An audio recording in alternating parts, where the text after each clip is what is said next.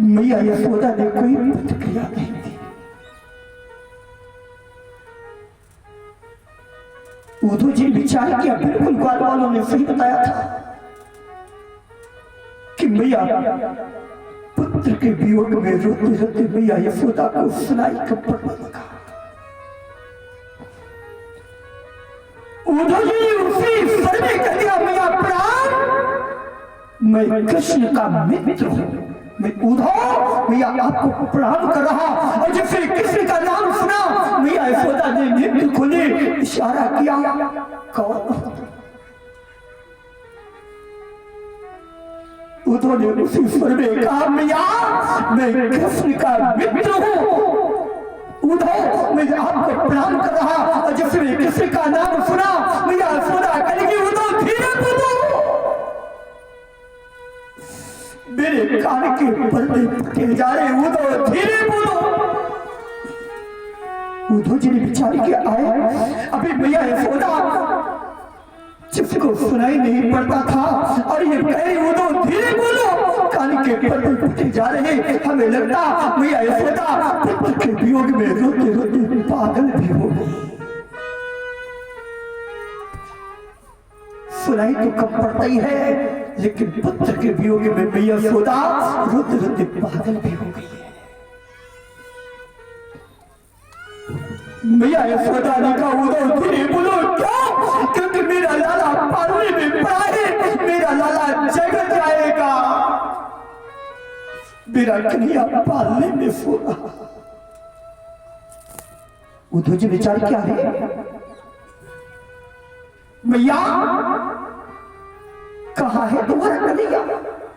जबकि कन्हैया है आप जी, कन्हैया तो मथुरा में है, लेकिन यशोदा कह रही, उद्धव धीरे बोलो, मेरा लाला पालने में सो रहा है, मेरा कन्हैया जग जाएगा। उद्धव ने कहा, मैया कहा तुम्हारा लाला? मैया यशोदा ने कहा, उद्धव मेरा लाला पालने में पड़ा है, क्या मेरे लाला को देखोगे? उद्धव ने कहा, मैया जरा मुझे भी अपने लाला को दिखाओ, कहाँ तुम्हारा लाला है? मैया यशोदा ने कहा, उद्धव अगर मेरे लाला को देखना चाहते हो तो मेरी उंगली पकड़ करके मुझे घर में ले चलो, मुझे आंगन में ले चलो। उद्धव ने तो बताओ उसी समय यशोदा मैया की उंगली को पकड़ा, उंगली को पकड़ के मैया यशोदा की। उद्धव जी जिस समय घर में प्रवेश किया, मैया ने वो सोना आंगन देखा, मैया ने वो सोना पालना देखा, मैया यशोदा दियाग से गिर पड़ी, मैया यशोदा बेहोश हो गई।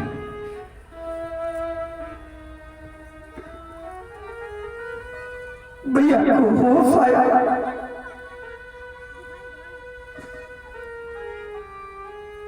मैया यशोदा ने कहा, उद्धव ये वही पालना है जिसे मेरा कन्हैया सोया करता था, उद्धव ये वही आंगन है जिस आंगन में मेरा कन्हैया खेला करता था, लेकिन आज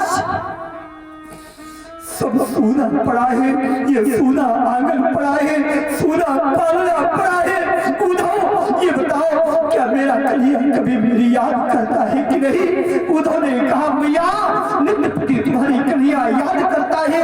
व्यास जी ने वर्णन किया जिसमें यशोदा ने अपने पुत्र की बात को सुना, मैया यशोदा की स्तनों से दूध बहने लगा।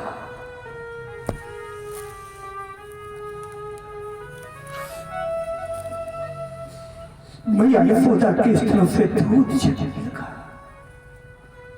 भक्तों बताओ, ये होती मां और पुत्र की प्रेम की पराकाष्ठा।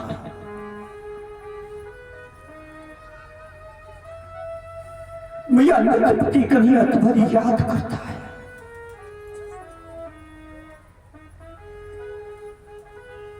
जैसे तैसे आज उद्धव जी ने मैया यशोदा जी को शांत किया।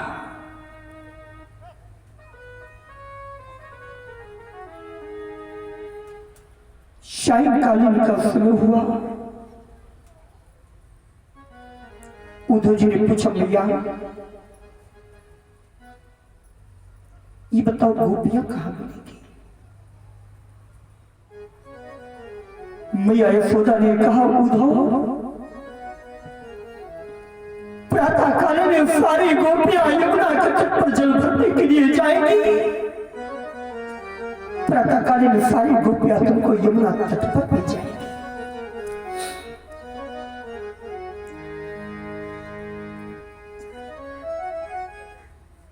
प्रातःकालीन का समय हुआ।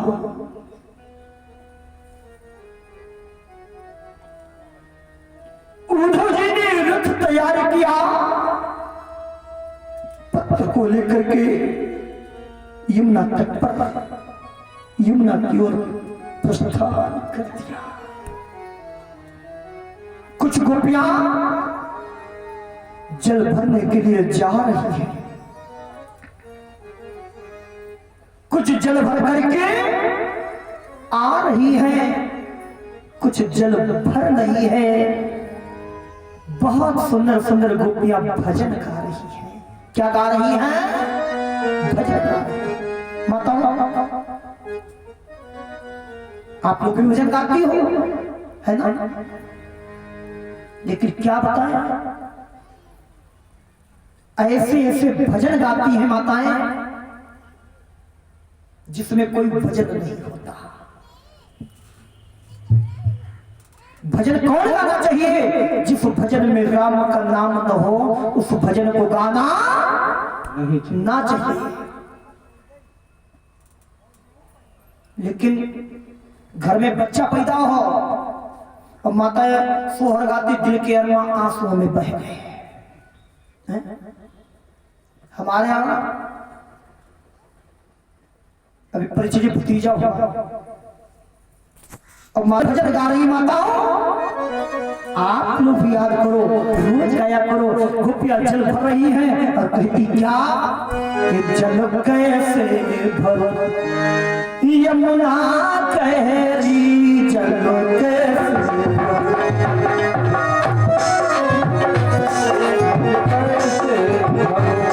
यमुना कहरी,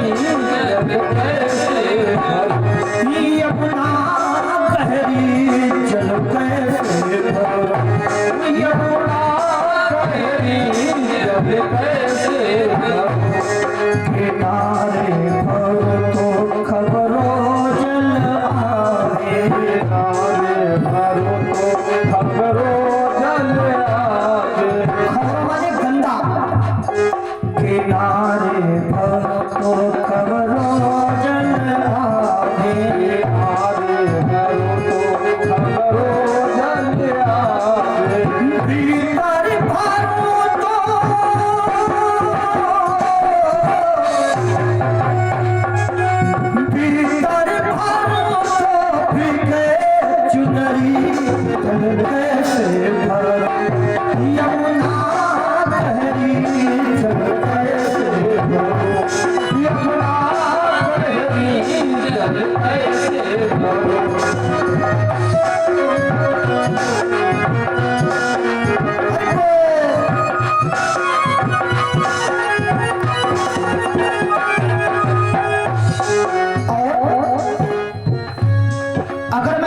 किनारे भरूंगी तो गंगा जलाएगा, भीतर भरूंगी तो मेरी चूनर भीग जाएगी।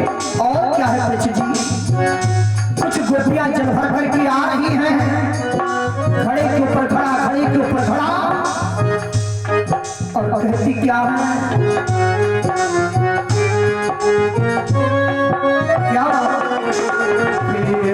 चलो तो ललना घर होवे, चलो तो ललना घर होवे। क्यों? अगर मैं धीरे चलूंगी तो समय ज्यादा लगेगा, मेरा लाला सो रहा है, ज्यादा समय लगेगा, मेरा लाला रोएगा। धीरे चलो तो ललना घर होवे, धीरे चलो तो ललना घर होवे। और जल्दी चलूंगी तब क्या होगा? धीरे चलो ललना घर रोवे, धीरे चलो ललना घर रोवे, जल्दी चलो तो चल गए गगरी, जल कैसे यमुना गहरी, जल कैसे यमुना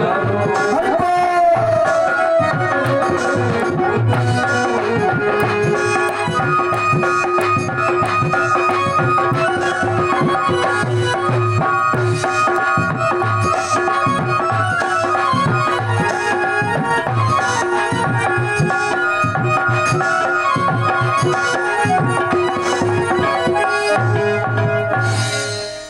कैसे चलूं तो ललना घर रोवे, जल्दी चलूं तो छलके गगरी, जल कैसे भरूं यमुना गहरी। इधर उद्धव जी लेकर के रथ को चले, तब तक एक गोपी की दृष्टि पड़ी, एक गोपी देखो देखो देखो देखो वो अपना कन्हैया आ रहा, वो कन्हैया बेचारे क्या है। तब तक उद्धव जी पास में पहुंचे नहीं, अरे रथ तो कन्हैया का है, पीताम्बर कन्हैया के हैं, घोड़े कन्हैया के हैं, ये पताका कन्हैया की है, आखिर ये है तो है का। पूछ दिया आए हो किस गांव से, और जाते हो किस गांव, कौन जाति क्या नाम है, यहाँ कौन सा काम। कहां से आए हो, कहां जा रहे हो, क्या नाम तुम्हारा है, यहाँ आने का काम। उद्धव जी ने कहा गोपियों मैं कृष्ण का मित्र हूं, और जिसने कहा कृष्ण का मित्र, उद्धव जी ने पत्र को लिया, एक गोपी के हाथ में दिया, और जिसमें एक गोपी ने पत्र को लिया, सारी गोपियां एक स्वर में कहने लगी, ये गोपी बोले हमको लिखो है का, और हमको लिखो है का, हमको लिखो है का, कहान सब यूं लगी। हमको क्या लिखा, हमको क्या लिखा, हमको क्या लिखा। उद्धव जी ने विचार किया, हे भगवान यहाँ तो सब कुएं में भांग पड़ी है, जिसे देखो सब एक ही मर्ज का मरीज लग रहा है। तब तक एक भंवरा उड़ता हुआ आया, भंवरे की वाणी से निकला, बोलो राधे श्याम।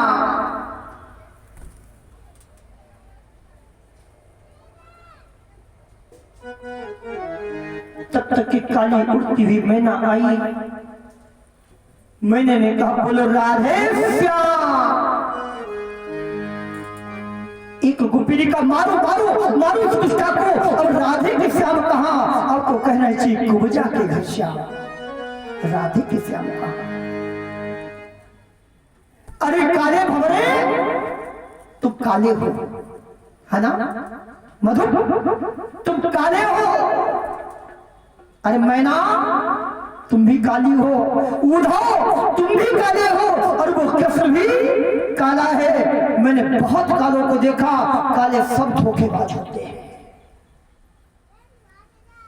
एक मैं निवेदन कर रहा हूं परीक्षित जी, एक मैं आज निवेदन करके जा रहा हूं, काले से कभी दोस्ती मत करना। काले बहुत धोखेबाज होते हैं, करिया से कभी मित्रता मत करना। हाँ, काले बहुत धोखेबाज होते हैं, बहुत, काले से कभी मित्रता मत करना। आपके प्रमाण दे रहा। अच्छा कोई बात नहीं, चाची नहीं है। उनको गोविंद भगवान की।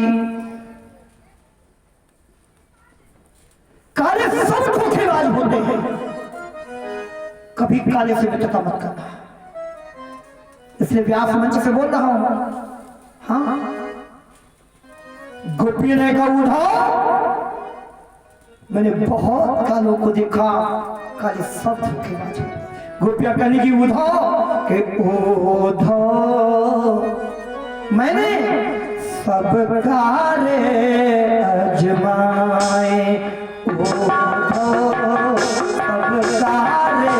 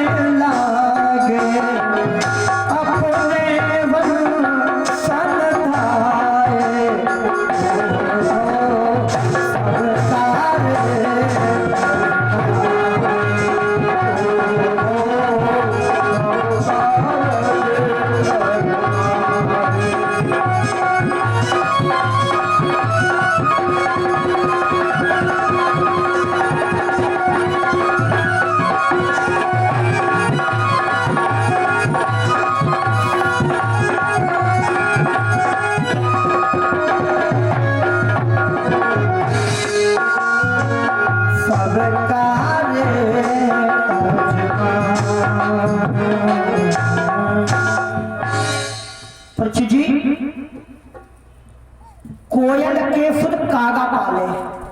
कोयल कैसी होती? काली। कौआ कागा। कोयल के बच्चे को कौआ पालता है पक्षी जी। और ये दृश्य मैंने अपनी आंखों से देखा है। हमारे मामा जी ये लोग गए, घर भी गए हैं। घर के पक्षी जी पीछे हमारा कलमी बाग है। मैंने देखा कि एक कौआ कोयल के चार बच्चों को चूमा खाता। ये दृश्य मैंने अपनी आंखों से देखा। कोयल के सुध कागा पाले, हंसी हंसी कंठ लगाए, लेकिन पंख जब उड़ने लागे, अपने वंश निधाए, उधो सब का अजमाए। और बताओ काले काले काले बिस्तर पाले हंस हंस दूध पिलाए। लोग काले सर्प को दूध पिलाते हैं हाँ? और जरा से अगर फुसकार मार दे पर्ची जी तो लोगों को बेहोशी आ जाती है। राधा जी ने काले सर्प को दूध पिलाया, लेकिन उसी काले सर्प ने किया क्या जानते हो?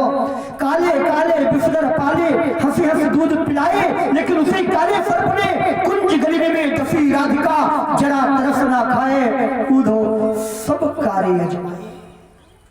काले शब्द धोखेबाज होते हैं।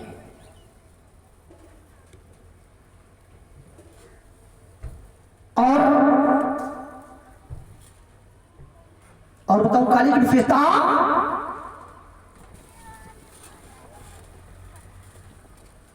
काले काले बादल कहिए सावन भादो छाए। आइए स्वागत है ठाकुर साहब आपका। बोले वृंदावन बिहारी लाल की।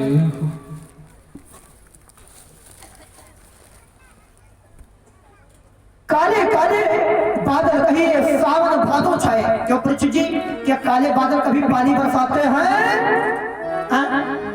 छोटे छोटे बच्चे को बड़ी अच्छी कविता गाते थे। करिया बादल जीव डरवावे भूरा बादल भूरा बादल, अरे बोलो ना, पानी लावे। काले काले बादल कहिए सावन भादो छाए, लेकिन उमड़ घुमड़ कर निकल गए पर तेरे बूंद न आए कूदो सब कार्य अजमाए। काले सब धोखेबाज होते हैं। आइए भैया स्वागत है आपका। और काले की विशेषता बताऊंगा। परीक्षित जी अपने शरीर से काले की विशेषता ले लो। जिससे बच्चा पैदा होता तो बाल कैसे होते? काले। अरे काले काले बाल शीश पर सोए तेल फुले लगाए। टेलीविजन पर जितने भी प्रचार सब शरीर के लिए ही। काले बाल शीश पर पाले तेल फुले लगाए, लेकिन समझ आया तो स्याही गई सफेदी आई। अपने वंश नशाए उधो सब कार्य जमाए।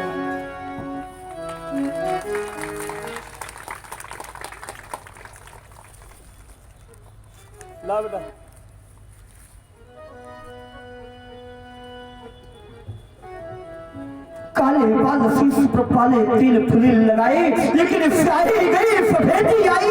अपने वंश नसाए उधो सब कार्य जमाए। काले सब धोखेबाज होते परीक्षित जी। काले से कभी दोस्ती मत करना, ठीक है ना? ठीक है। हो सकता कोई रंग का काला बैठा हो, देख करके कह रहा पंडित जी खूब मेरी बुराई कर रहे हो। मैं रंग के काले की बात नहीं कर रहा हूं, तो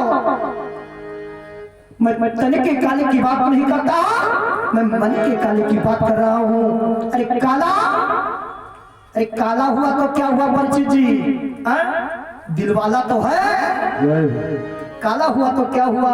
दिलवाला तो है। मैं तन के काले की बात नहीं कर रहा, मन के काले से कभी दोस्ती मत करना, ठीक है ना? गुटिया करने की उठाओ।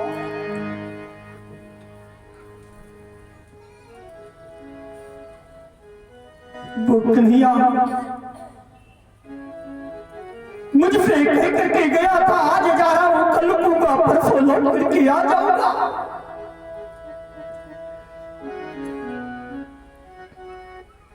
लेकिन वो कन्हैया लौट करके नहीं आया।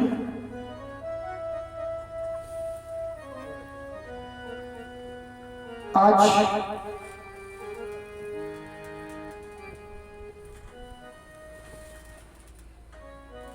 गोपियों का अभिमान दूर हो गया। इधर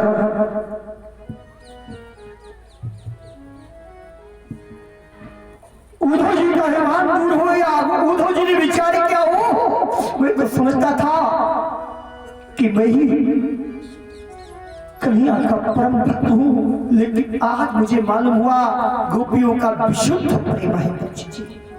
देखो शुद्ध अशुद्ध विशुद्ध शुद्ध भी कभी अशुद्ध हो सकता है, अशुद्ध भी कभी शुद्ध हो सकता है, लेकिन विशुद्ध ना शुद्ध हो सकता है ना अशुद्ध हो सकता है। गोपियों का तो विशुद्ध प्रेम है। उद्धव जी जाकर के भगवान के हृदय से लगे, कन्हैया मुझे क्षमा कर देना, मैं तो समझता था मैं ही आपका परम भक्त हूं, लेकिन गोपियों के प्रेम को देख करके मुझे लगा कि गोपियों का आपके प्रति कन्हैया विशुद्ध प्रेम है। उद्धव जी भगवान का स्तुति करते हुए अपने गंतव्य को प्रस्थान किया। बोले गोविंद भगवान की। आए सुबह बड़े भाव के साथ भगवान का स्तुति गाएं।